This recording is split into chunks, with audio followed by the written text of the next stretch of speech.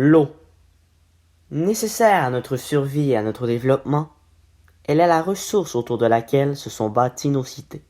Nécessaire aussi en agriculture, au XXe siècle, on lui a trouvé une nouvelle utilité, la production d'électricité.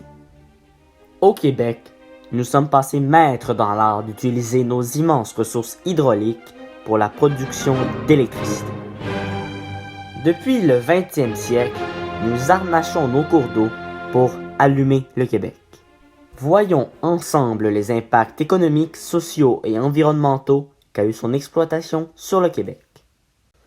Premièrement, au Québec, le développement de l'hydroélectricité a commencé vers la fin du 19e siècle, afin de répondre à la demande croissante des industries lourdes de la seconde révolution industrielle. Les deux plus importantes, la Montreal Light Heat and Power et la Shawinigan Water and Power Company, se partageront les parts de marché les plus importantes. En 1943, Adélard Godbout décide de nationaliser la Montreal Light Heat and Power et crée par la suite ce qui deviendra Hydro-Québec. Le gouvernement Lesage, avec René Lévesque comme ministre des Ressources hydrauliques et des Travaux publics, va continuer sur cette voie. En 1962, des élections anticipées seront déclenchées sur la nationalisation complète de l'hydroélectricité. Lesage et Lévesque vont gagner leur élection et en 1963, la nationalisation de toutes les entreprises privées d'électricité est complétée. En 1970, le premier ministre Robert Bourassa lancera le projet du siècle, soit la construction de 3 mégacentrales à la baie James. Ce projet fera face à beaucoup de contestations de la part des Autochtones de la baie James, mais, et après de longues contestations judiciaires, le gouvernement pourra poursuivre les travaux, mais doit tout d'abord s'entendre avec les Cris et les Inuits. C'est ce qu'ils feront dans la Convention de la baie James et du Nord québécois qui transformera profondément ces sociétés autochtones. Le premier impact a été une ouverture sur le territoire Cri. Une ouverture en ce sens que les infrastructures, on a commencé à bâtir des infrastructures routières pour amener les équipements nécessaires à la construction des grands barrages, de nos équipements hydroélectriques.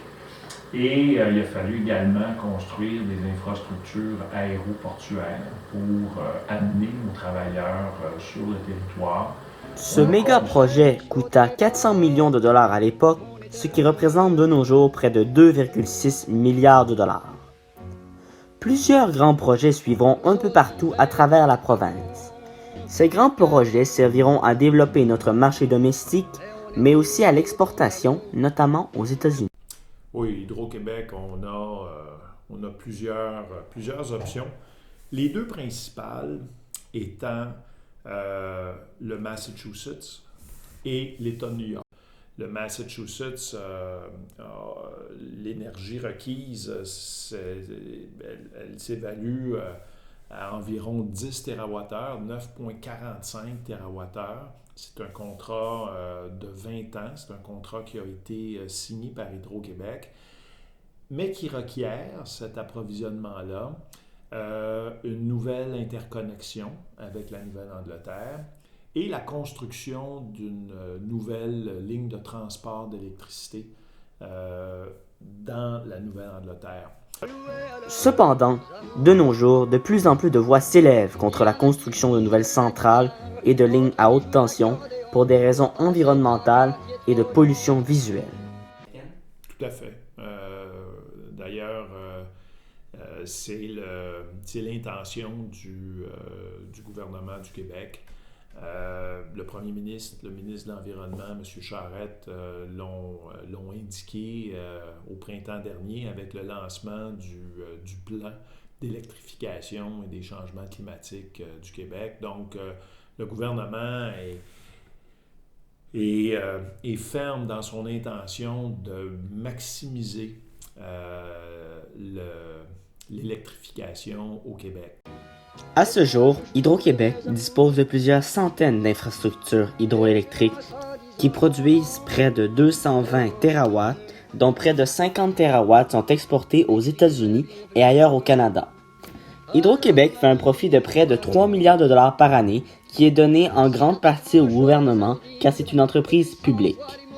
Pour donner une idée du gigantisme d'Hydro-Québec, il est intéressant de savoir que plusieurs experts évaluent sa valeur à près de 80 milliards de dollars, soit l'équivalent de 18% de notre PIB au Québec. Cette électricité est produite à près de 98% à partir d'énergie renouvelable, dont 96% de notre production à partir de l'hydroélectricité.